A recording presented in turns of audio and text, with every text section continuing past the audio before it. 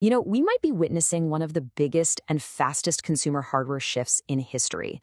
Right now, China's massive e-bike market is going through this sudden sweeping safety overhaul, and it's impacting hundreds of millions of lives. So let's break down exactly what's happening. To really get a sense of the scale here, just look at this number, 400 million. That's roughly how many e-bikes we're talking about on China's roads. And for so many people, this isn't just a vehicle. It's their main way to get around, their connection to work, their entire livelihood. It's a number that's pretty hard to wrap your head around. So here's the big question, right? What happens when a new law basically makes every single one of those older models obsolete in a flash? As of December 1st, that's the new reality. So why the sudden drastic change? Let's find out. So why do this? Why such a drastic change? Well, it all comes down to a really serious and often hidden danger that was just baked into the old generation of e-bikes. The biggest reason for this massive shift is safety, specifically the terrifying risk of battery fires.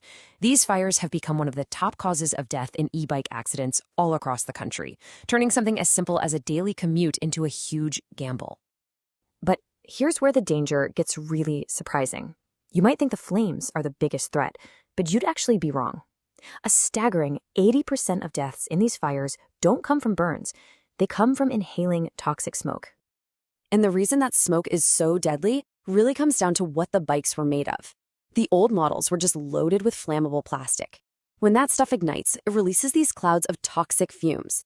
The new standard tackles this head-on. It slashes the plastic content way down and requires flame-retardant materials for critical parts like the seat and the battery case. So, faced with this really clear and present danger, the government rolled out a huge solution, basically a complete re-engineering of the e-bike from the ground up. The heart of this whole thing is a brand new mandatory national safety standard. Starting December 1st, it's illegal to sell an e-bike built to the old specs. And this isn't some slow, gradual phase-out. Production lines have already been retooled, and the entire market is pretty much hitting the reset button. So let's really dig into the key upgrades, because this goes way beyond just fire safety. First off, braking. The stopping distance in wet conditions has been cut in half. That's huge.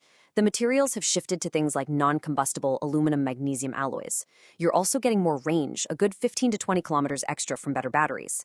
And, super important, a new digital ID system makes the bikes tamper-proof. This is a complete reimagining of what an e-bike is.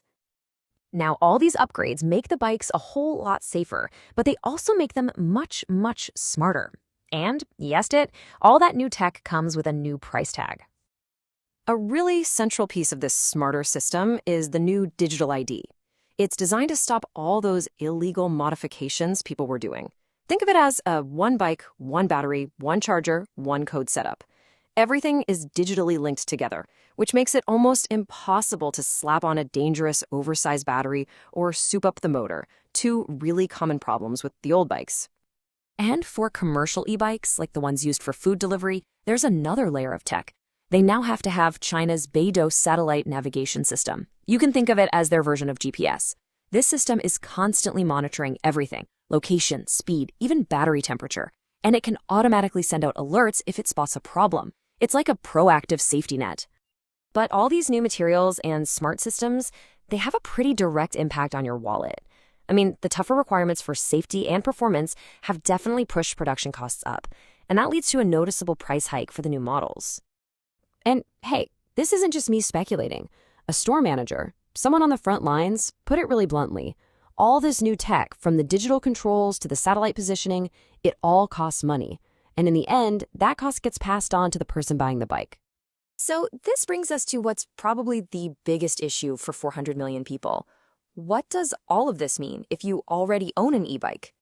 This is the first question on everybody's mind. Is my bike illegal now? Am I going to get in trouble for riding it? And the short answer is no, you're fine.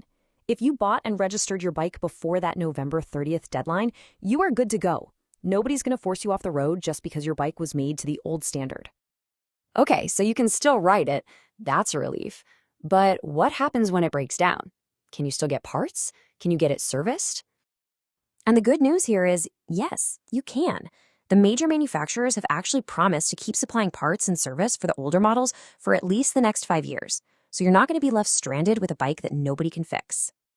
So, what does this all look like going forward? I mean, this massive transition is happening right now, and it's reshaping one of the world's largest transportation markets in real time.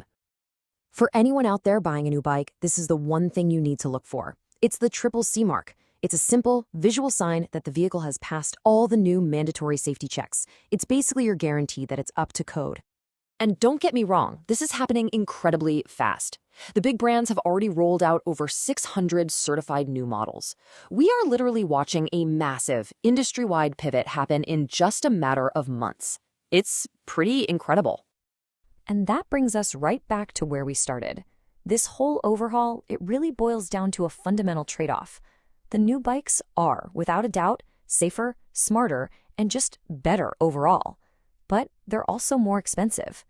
And that leaves 400 million riders asking a really tough question.